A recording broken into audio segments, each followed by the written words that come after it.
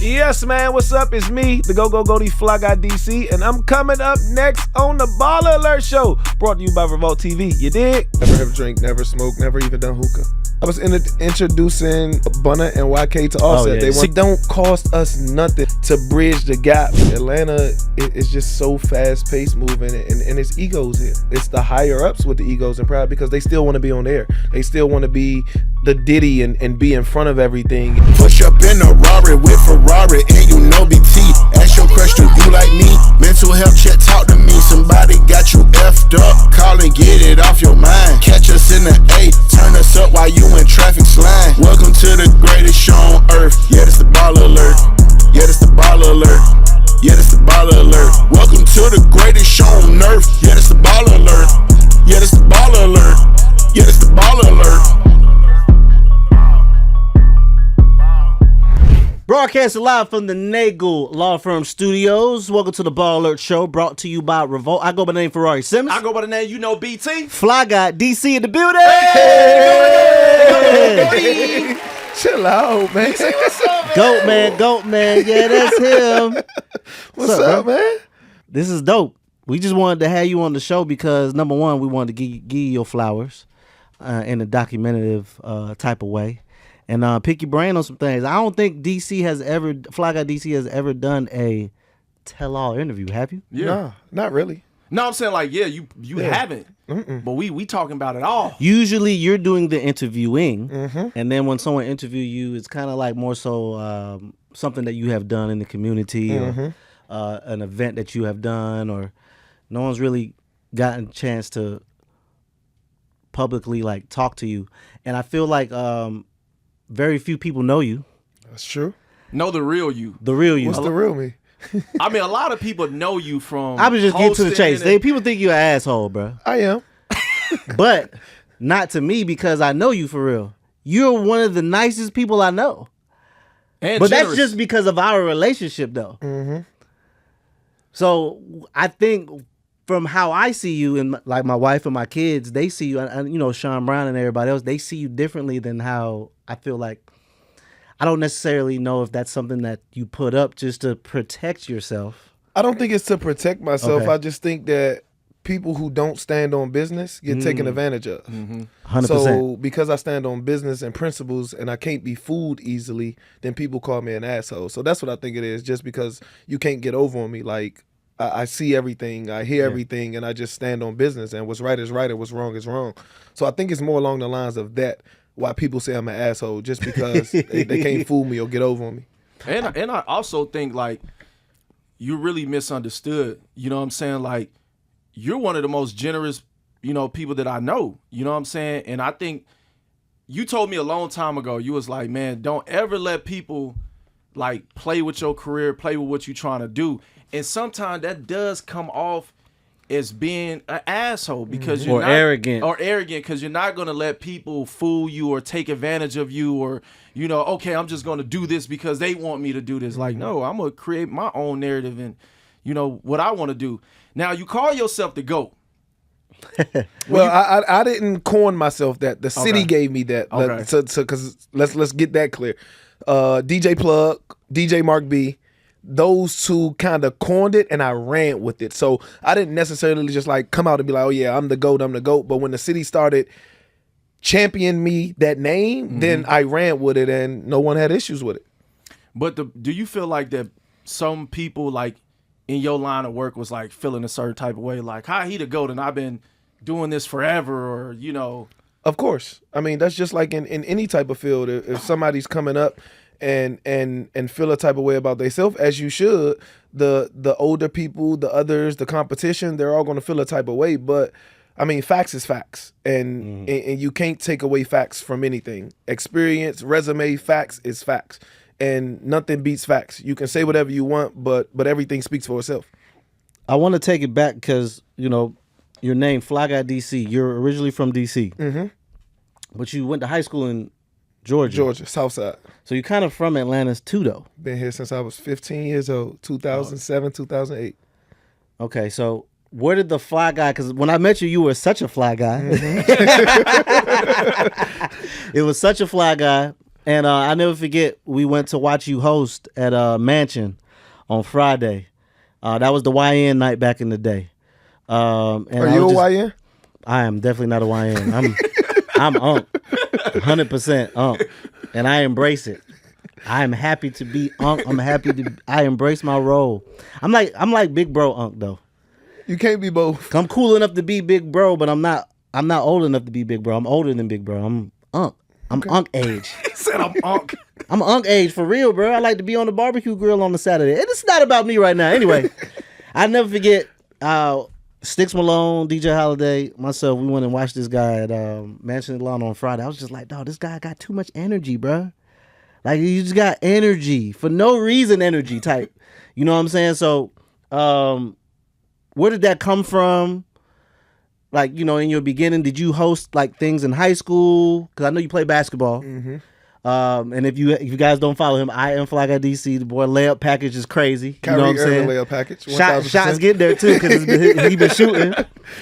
He tried to. But you played basketball in school, in high school, and in college and too. in college, yeah.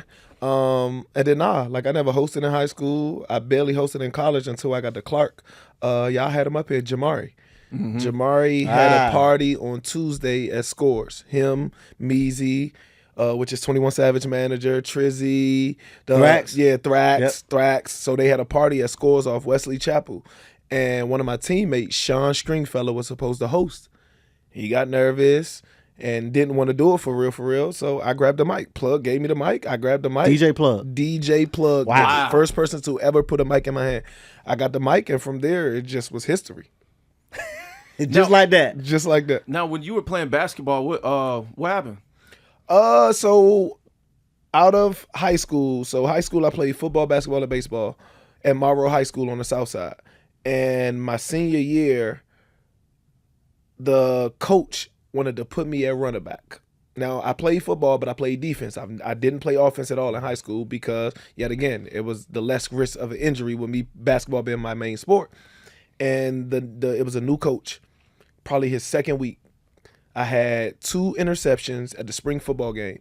Put me at running back. First play of me at running back, a lineman falls on the bottom part of my leg, broke my tibia and fibula, and I lost all my offers. Damn. Basketball, football, baseball, lost everything. So I went to a Juco in Middle Georgia and then transferred from there and went to Middle Georgia Tech. And when I went to Middle Georgia Tech, I won a ring there my freshman year. The school got a gym built. Like I have a legacy there. And then they changed conferences, and then I transferred to Clark. The coach that was recruiting me when I was at Middle Georgia Tech got fired when I got to Clark. And then I had to try out. They wanted me to be a walk-on, and my pride just wouldn't allow me to be like, no, I'm not about to walk on a college team, and I know I'm good. I know I'm better than the players that are here or the players that you want to bring in. But anybody that plays sports know that when a new coach comes in, especially he got his own folks. He got his own folks he want to bring in. And so he don't promise. I wasn't on his radar. So he had his own folks, and from there, that's when I just dabbled into hosting more because hosting was paying the bills. And this is while you were in college. While I'm at Clark, Atlanta, yep. And then you went to college for criminal justice. I got a bachelor's degree in criminal justice. So you never wanted to be who you are now, or never thought about who you are now. I wanted to be a CSI agent. You wanted to be a CSI agent? Yes, yes. Literally, like I didn't want to do anything that I'm doing criminal. now. What's that? Criminal justice, and all that other stuff. Mm-hmm. Wow. Okay. All right. Well, we're gonna take a quick commercial break because we got to talk about this. Fly Guy DC's in the building right here on the Ball Alert Show, brought to you by Revolt. We'll be back. That's right, man, and we are back right here, the Ball Alert Show on Revolt TV. We broadcast live in the Nagel Law Firm. We got Studio. Fly Guy DC in the building. Yeah. Now, he was just telling us that, I asked him, I was like, so was hosting and being this big superstar that you are now as a quality host, and we'll get into that in a second, but you were a criminal justice major. Yes. Now, what made you choose that? I mean, I grew up like the CSI shows, the NCSI shows, the first four. Like I used to like watching that because like I'm a great problem solver. So like I like challenges, and most of those things are challenges. So like it just gravitated to me. Okay, now as hosting is picking up, in Atlanta's we call Atlanta Wakanda because this is one of the only cities that you can like host and DJ like 3 parties in one night, multiple nights, and you can make what we do a career. In other cities, I never forget. I had a job offer, and I'm gonna bring it back to you. I had a job offer in Cincinnati, and they were telling me that, yeah, now look, I know you in Atlanta. If you come over here, you can only work with this promoter or that promoter. I'm over here like, what you mean? If you work with this promoter, they do Fridays and Saturdays. That's it. Atlanta's different.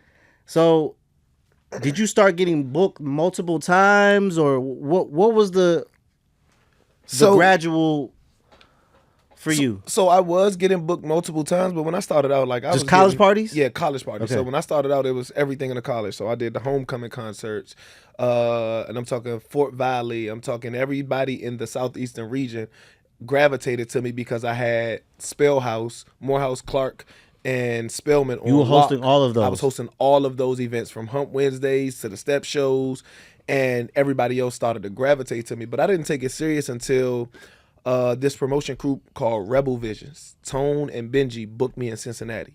They paid for me to get there, paid for my hotel. My hosting fee was like quadrupled, had me security. I'm like, oh, it's money in this. Like, they treated me way different than Atlanta treated me. So when they did that, then I started taking it more serious, and then the booking started to come double and triple booked and quadruple booked in one night.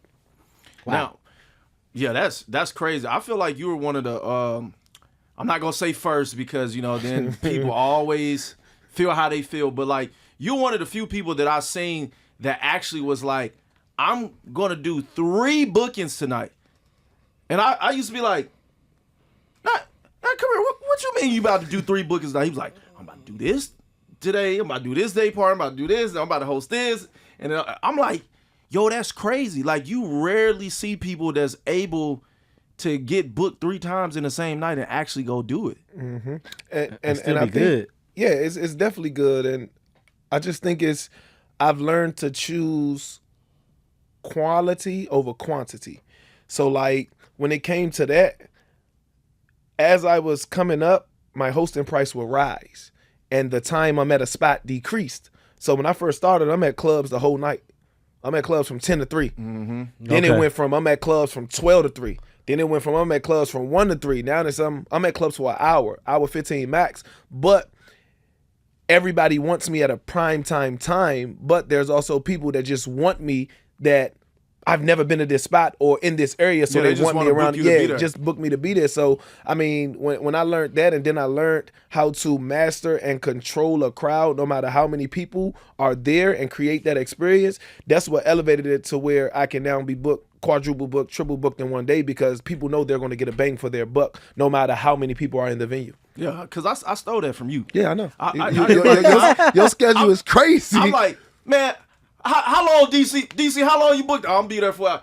Yeah, I'm only going to be here for an hour. I'm not about to be hosting for 3 hours. Nah, yeah. And one of the dopest things about you is you don't drink and you don't smoke. Never have drank, never smoked, never even done hookah. And I think that's a big deal because I don't know it's not too many people. It's people that I know who quit, who had done it before, but you have never even tried it. Why is that so important to you? It just doesn't appeal to me. Like, I got natural energy. I have a natural high. And I mean, I just, it's not something that I want to do. Like, water, I'm great with. Yeah, we know when you walk in there, you got to have the 4 waters. Yeah. About 10 so of them lemon, now. a little cup of lemons. Look the hell this guy got going on, But man. it's crazy because the stories, man, when I tell you, like, I've been offered 50,000, 100,000, 250,000. Take a shot. Take a drink. Long live Scooter, man. Scooter tried to give you $2,000 one night to take a shot. Scooter, Trouble. Long live Trouble. Trouble tried to give me 50 bands in one lounge. Yeah. To take a shot. Like, thug. Like, but it just doesn't appeal to me, and money won't make me go against something that I don't stand for. And not that I have anything against people that smoke or drink. It's just not something for me. Yeah, you never had temptations, like, even like, being in a nightlife and like you just never like been vibing with a chick. She's like, man, take a shot. You like, I'll try it. Like, you never thought about I didn't even take a shot at this man's wedding. Like, it just doesn't. I was fucked up. And then when my bad. Edit. And then when curse. a female want me to do stuff like that, like I set that boundary right there. I set that principle right there. Like, sure. hey, don't keep asking me. It's not going to happen. If that's what you want, go find you somebody else that'll do it. It's just not for me. That's good. Cause I feel like a lot of times, you know, it's easy to like do stuff when it's like unlimited. Like if you was able to drink, So we get free alcohol in our line of work. We get free alcohol, free food, free hookah, Free everything. free everything. So it's Easy. easy to just be like, I'll take this shot. It's free. Yeah. You know? All right. So look. So now, as you are in college, and you get booked, what is your next thing? As you say, oh wow, I'm just gonna start taking this serious. But you're still in college, so I know your next thing is to graduate. Graduate, and then radio came on the radar. I didn't even take classes. Like I never wanted to do anything radio, but radio popped up on the radar. Like, okay, this is something I can do, and then I dibbled into that, and then TV was ultimately next. So how'd you get into radio? Oh man, like he said, him, Holiday, Sticks. And you were still Malone. in college? I was still Yeah, in you're still in college, bro. I was still in college. I remember And- because I remember he posted something. He was like, if I were to go to a radio station, which one? Like, Yep. he was Just the first teasing, person I yeah. saw doing things on social media that was engaging. I don't even know if that was a word at the particular moment, and it went but I saw crazy, him too. started doing it on his social media page. But let's come back to that when we get back from commercial right here on Revolt, broadcasting from the Nagel Law Firm Studios. Yes, sir. Yes, sir. We be I back. got DC in the building. That's right, man. And we are back right here, the Ball Alert Show on Revolt TV, live at the Nagel Law Firm Studios. Yeah, Fly got DC in the building. Now we was talking about radio. I never forget DJ Holiday. It was really Sticks Malone. Sticks Malone was one of your biggest champions. And then I got on the bandwagon. And I just kept saying, yeah, he just got too much energy. Whenever I meet someone that got too much energy, you're great for entertainment. And then I started seeing you host. And then we started hosting together. But let's start back to when radio started calling you. Yeah, so I actually You posted. slick out like a little, you know what I'm saying? You had a little war going You had a on. bidding war? Yeah, a little bit, man. They was at him. I used to post my sneakers all the time, like years ago. Like every time I got some sneakers, I would post them on my feet. And the owner of Streets 945 commented on my page and was like, "Hey, email me. I want to bring you over the streets." But I emailed him, and Steve didn't email me back for 2 years. Wow. I didn't hear from Steve for 2 years. So I got that in maybe 2013 when I like 2013, 14, when everything was booming in the AUC. And then I'm assuming closer to when y'all came to see me is when he actually emailed me back. And then from there, like he brought me in, and the first day he was like, "Yeah, I'm gonna put you on Holiday Show." Like no training, no internship, no none of that. And then from there it was history. My first day being on air ever, it was a remote at Opera. I had an hour-long conversation with this man in his car. I had a bidding because war. he was in the bidding war with 3 stations. I'm just like, what? I had a bidding war. So me seeing that, I'm just like, what the hell? Knowing that I literally just was going through the same thing, I'm just like, damn. But yeah, like crazy. But times. I also knew that I felt like in order for him to grow, I kind of needed to move out the way. Because I felt like if I was there, they would have. I don't know how they would have. I don't think you would have had as much as attention as you got.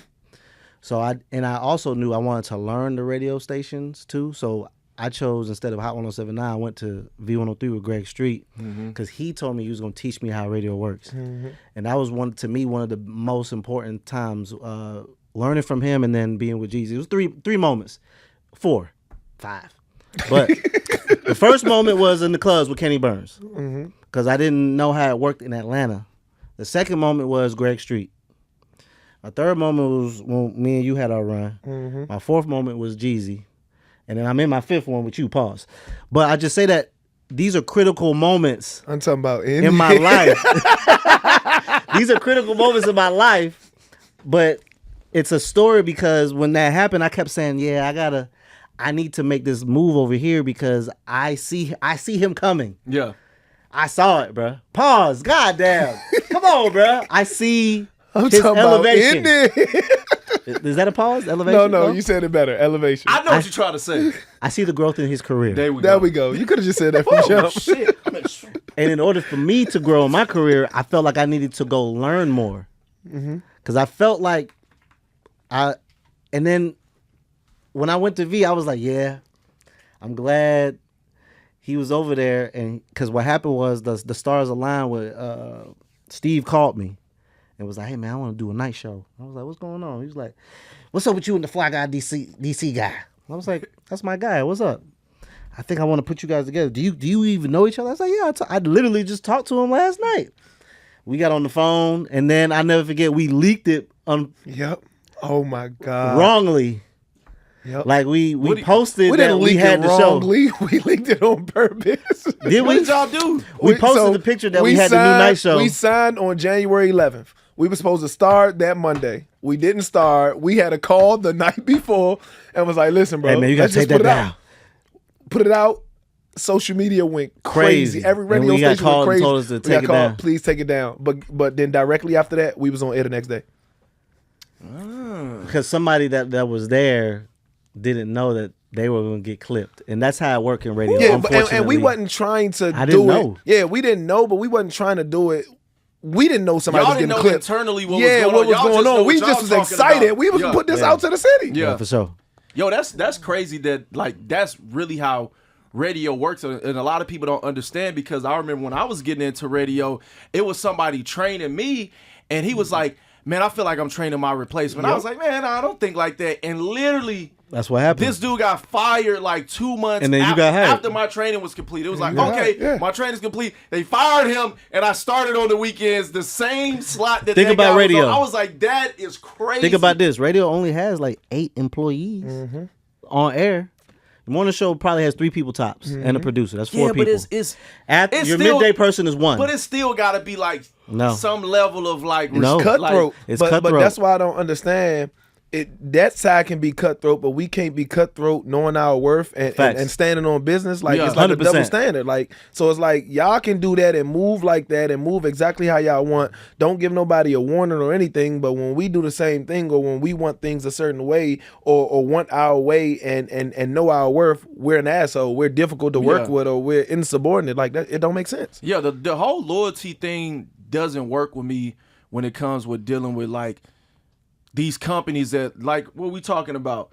These people will replace us in the drop of a dime. You And then die, they're something happen, whatever. Wait, somebody from this station called you and you ain't letting us know what's going on. I'm like, bro, you could literally wake up tomorrow and be mad at me and fire me. Yeah. Like, Facts. like let's be honest. You know what I'm saying? So- ratings go south for like 4 or 5 months. We're clipped. Yeah, but you know what that doesn't happen in New York, and we was talking to Esso about this. We in was. New York, there's the same people from the '90s Still on the radio. Still on the radio. Funk I'm Flex, talking about when me I and was- you was born. I'm 42. The people that still I on was the radio a in New York. child when Funk Flex was on the radio. He's still on the radio. Yeah, you talk about job security. Yeah, but it's more it's more Talk about job security. it's more loyal up there though. Like Atlanta, it's just so fast paced moving, and it's egos here. It's egos and pride, and it's not egos and pride within the talent. It's the higher ups with the egos and pride, because they still want to be on air. They still want to be the Diddy and be in front of everything and be in the videos and I think that is the focal point and the issue. Is like you bring talent over there, let the talent be the talent. That's what you brought them over there for. Yeah. I agree, because a lot of times you don't know who's the program director at Hot in New York or you know Power. I mean, we do obviously because we work Because for they're iHeart. behind. They're in the shades doing their job. Yeah, doing and they the have program no director job intentions of on trying to be talking frontline. about knowing who they are. They don't Facts. want to be known. And I just think that's just so crazy, like the way that we just look at media. Because, like I said, we was talking to Esso, and I was like, man, that's crazy that, you know, no shot to anybody. But I was telling Esso, like, bro, y'all not going to get a chance to be. Because who's the new young fresh face in New York? But for media. I think all that still stems from and it's the same problems that Atlanta has. Like a lot of people ain't trying to train their replacement or bring somebody up under them because their spot can be taken. So you gotta think, if I'm a OG and I've been on the radio this long and I still want this, the perks are still there, the money is still there, I'm not about to train my replacement knowing that I could be out the door with somebody with new energy, fresher energy, that's more hip to the culture. Like, it just doesn't make sense. So I get it from both sides, but I mean, it's just gonna stay stagnant. Yeah, I get it from both sides too. And I actually admire the longevity, that some of these guys have.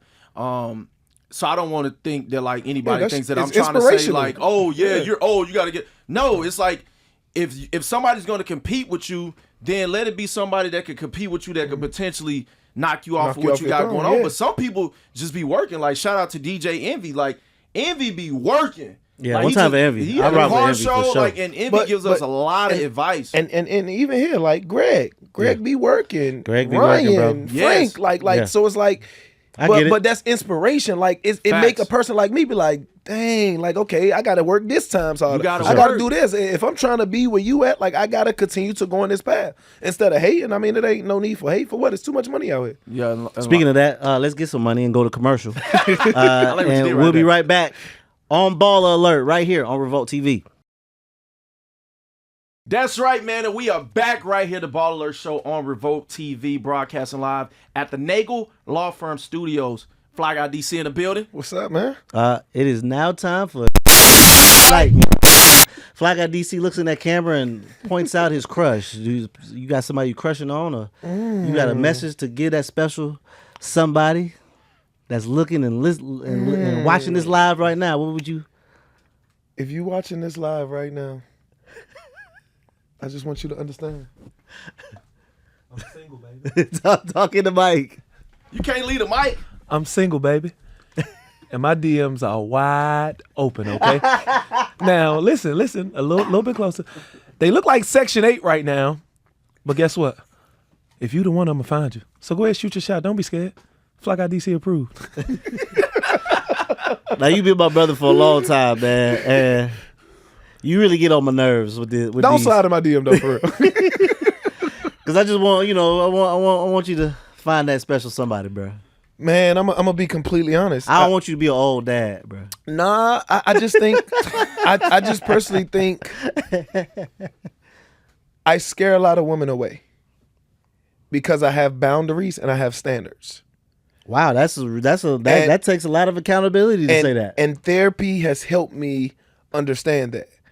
Like, it's okay for a female to have her preferences. It's okay for a female to have her boundaries. Or when a guy triggers a female, all that is okay. They can express themselves. But when it's reciprocated on the other end, there's an issue. So, like, I just think that's my issue. I'm too outspoken. And, like, let's just say first date, first link up. I'm telling you, this is what I like. This is what I don't like. Like, this is like, I'm telling you everything because I'm setting the standard so that you don't play with me how you play with everybody else. And I'm not going to say it runs a lot of females off, but then it becomes, oh, you're controlling, or I'm not controlling. I just have boundaries and I know my standards and I stand on what I stand on. So I think that's been my issue. But I mean, I'm honestly not even looking, man. I'm so focused. Of course, everybody wants love, but I've just been so focused on growing my brand, staying healthy, being a great friend, being a great godfather. Like, I've just been focused on that. And if something comes, something comes. Like, I'm not gonna force it. So you're allowing it. I'm not gonna fight it. I'm not gonna fight it. Like, and I've had situations where I didn't fight it, but yet again, the issue came where a trigger happened, and a trigger happened for me, and it overstepped my boundaries. And nobody in the world can tell somebody how to deal with their boundaries. So if your boundaries are being disrespected or ran over, then you have to do what's best for you and not what the other person feels or their side of things. Like, it's always what's best for you at the end of the day. And I just find myself in a lot of those situations to where I got to do what's best for me rather than do what's best for you and not worry about hurting your feelings because my feelings are involved also. So I think that's been my biggest issue. And I mean, like I said, therapy has helped me, and I'm learning, and I'm learning how to cope with things, understand things a lot more, be more lenient a lot more. But I mean, it doesn't happen overnight. That's why I'm not forcing anything. Well, you know what this sounds like? Growth. 1,000%. Because This- the old me, Hey, the bro, old me. that would have been. Hey, you wouldn't isn't even. the fly guy. Hey, you would I not know. have even answered that. You would not have answered it that way. That is a fact. Nah, that sounds like growth, and I love that you talk about going to therapy. All of us are big advocates for therapy because there are things that people don't understand. There's things that we could be triggered by that we might not even. We might find new things that trigger us that we 100%. may not know. You're like, dang, I didn't like. Why do I feel like this person made me feel so bad by saying this? And it's just about being able to understand that like everybody has different signs of like things that's going to trigger us, but it's about how we react. You know what I mean? 100% every time. And like how we just like, because even with me going to therapy, like I've been going to therapy for years, and I just had to understand like you can't take a lot of stuff personal. I feel like we think everybody's trying to hurt us. Like this person said this to me, they're trying to hurt me, or this girl, she did this, she's trying to hurt me. It's like once we understand that we can't take everything personal, like it makes life I'll way add. better. I'll never forget. One time for my wife Tanisha, and you two know her well. I used to take a lot of things when we would argue personal, and that was the root of a lot of our arguments that would blow up and go all the way left. And mainly because I took something way too personal. Exactly. Because I'm over here like, damn, I love you so much. Why are we at odds about this? Or why aren't we thinking on the same wavelength? Why are you thinking like it that way? You know what I'm saying? But once I realized she could think however the hell she want to think. Exactly.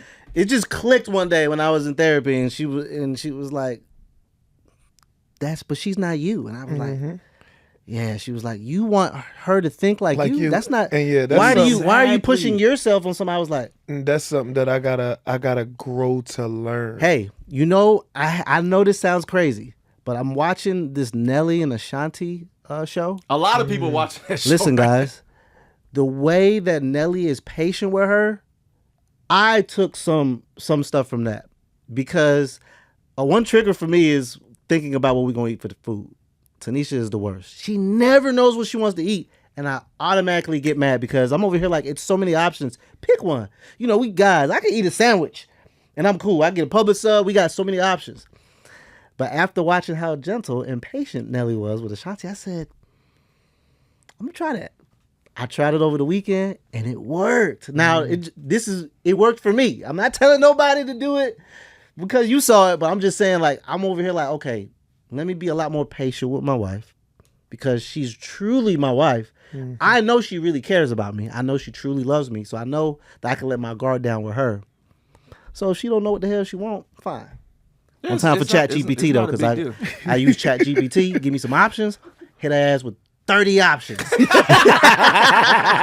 Here are the options.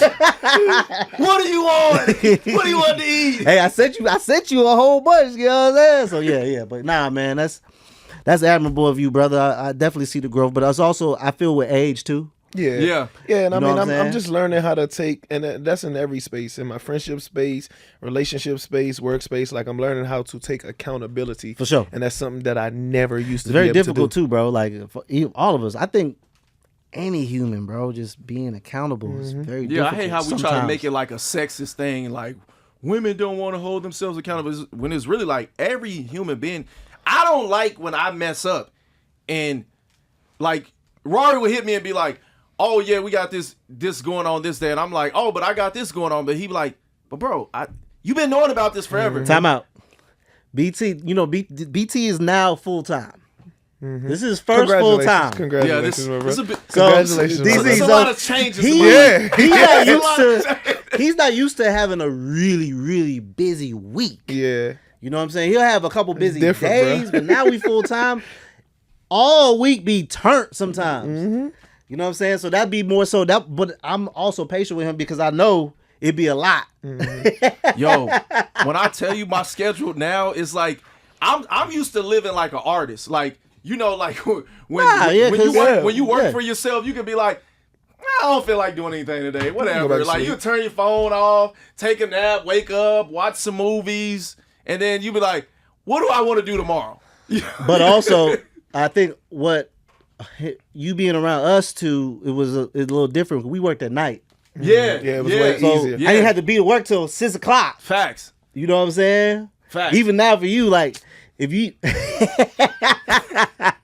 But anyways, Yeah, let's not talk about let's go to commercial. We gotta do a mental health check-in with Fly Guy DC right here on the Revolt, on Revolt TV, the Ball Alert Show. Let's go. Yes, sir, and we are back. It's me, Fly Guy DC, live on the Ball Alert Show by Revolt. Well, you know BT. Yeah. Ferrari Simmons.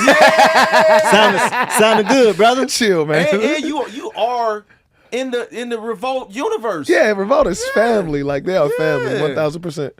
All right, so we have a mental health check-in brought to you by the Faith Project. One time for Keisha.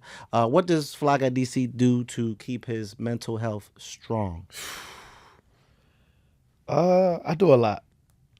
Music. R&B music, to be exact. Outside of that, therapy. There are nights I'm just tired of being around people because our life revolves around being around people 24/7 and pleasing other people and making other people have fun. I just get in my car and I go drive. I drive an hour west, east, north, south. Just drive an hour, You got listen some to nice music. Drive an hour, listen to music, and then drive back. So that's 2 hours. I'm by myself in the car, just winding down. Those are the top 3 things that I actually do. And the driving in the car is probably the one that I do the most. Like it resets me. It gives me a clear conscience. It has me thinking on everything. I come up with a lot of great ideas during that time also. And then I'm by myself. So it just gives me the space that I need to have a clear mental. Wow, and then, good. Sometimes, I call y'all. Something going on. I mean, that's another outlet for me. Conversing and talking to people that I can trust who I know wouldn't for sure. use stuff against me. Mm-hmm. I definitely use you guys as therapy as well. I definitely have graduated from my therapist from doing weekly to monthly. Congratulations on that. Yeah, because I ain't gonna lie. I don't know. As soon as I hit 40, I just started getting like emotional, but like not emotional on some lame, but it was just more so like, damn, why is everything like making me mad? Why am I sensitive to this? Why is my kids making me mad, like to a point where I'm just getting really like frustrated. Mm-hmm. And then it was just people change, so I was changing. I had to realize that, and then once I realized that, I was like, okay. And then I just started making adjustments. So that's dope. One thing I do is I go in my little sneaker room and I just walk. I just look around because I remember being poor, bro. Like You got a lot of shoes. I was just at this man's house. and I give away a lot of shoes too. I said, bro, this is too many shoes. I've been there 5 years. This first time he came last week. That is sad. That is sad. It's sad. It's really But sad. I stay so far though. No, it's sad. That's sad. It's sad. It's Yeah, sad. it's okay. But you listen. He live in the Himalayas. Agreed. When I tell stay you, so far. If you follow me home, I know I'm busting as soon as you turn around the you gonna neighborhood. run out of gas if you follow Ferrari home. I'm telling you how far this man lives. Hey, listen, bro. I was driving so long, I thought I went through 3 different states. I want to be Sean when I get home. I was on the highway about 3-4 different times. You know when you gotta get on the highway, then you cut through a little small town, and then you Hop back on the highway. Yep. I'm like, damn. I just want is to be a fact. Sean when I get home, bro. And when I go to that Publix and all the stores around that area, I'm Sean. Yeah, you got That actually helps my mental. Because I stayed in the city. I stayed around the corner from here. Yeah, it's quiet and peaceful where you live. Nice and quiet. And everybody around Deers. me. Yeah, no, bro. I seen the signs. I was Yeah. Oh no, they be in his yard.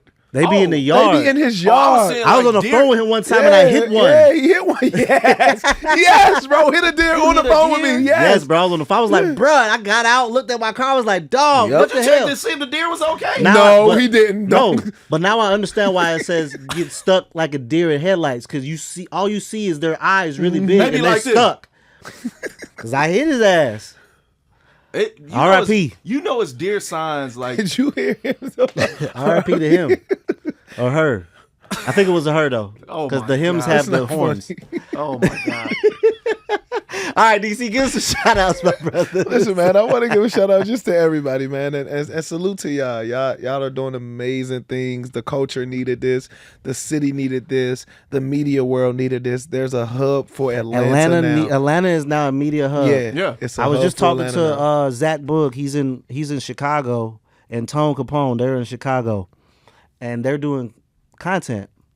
And they was like, man, Ferrari, what you think? I was like, bruh, no one really goes to Chicago, let alone for media. Mm-hmm. So you just got to keep doing it. Mm-hmm. I felt like with Atlanta, DC and I used to get really mad at the beginning of our career because I felt like when all those artists that we helped blow up got big, they went to New York all the time. But I didn't understand why. But the reason why is because at the time, Atlanta wasn't a media place. Yeah, agreed. It was a radio and music and clubs. They still do it. They still do it. Yeah, but it's it's better now, though. It's way better now. It's way better now. It's way better now. Yeah, I but will say that. it's because people like y'all, people like we're forcing the hand. Like it's like you have to come. It's just like an artist that's trying to blow up. You have to, when you come to Atlanta, you have to go see certain people in this city. Like, so that's what it's becoming. But I mean, Atlanta needed it, and for sure. I want to give a shout out to y'all. Y'all and are Goat doing Talk. amazing things. Yeah, Goat Talk. Yeah, Go Talk. Something serious coming. Yeah, I saw it. But yeah, that's it, man. Wait, Shout out what's to everybody. been your favorite interview so far on Go Talk? I would have to say, Baby Chief Do It interview is he's hilarious. For sure. How old is he? He didn't give me his age, but I think How old is he, TC? he's about He like 17? Yeah, I ain't want to Okay. say it. Yeah, Okay. but that one and then YK, she YK Niece. just knowing and sitting down and finding out her side of the story and just hearing how well spoken she is and how real and true of a friend she is and genuine she is, like it just opened my eyes a lot more. But I mean, it's so much coming. That's man. a crazy situation It too. is. Because imagine, I seen your concert that you did. You brought out her. She did her verse. Mm-hmm. Then somebody else did their verse. Yeah.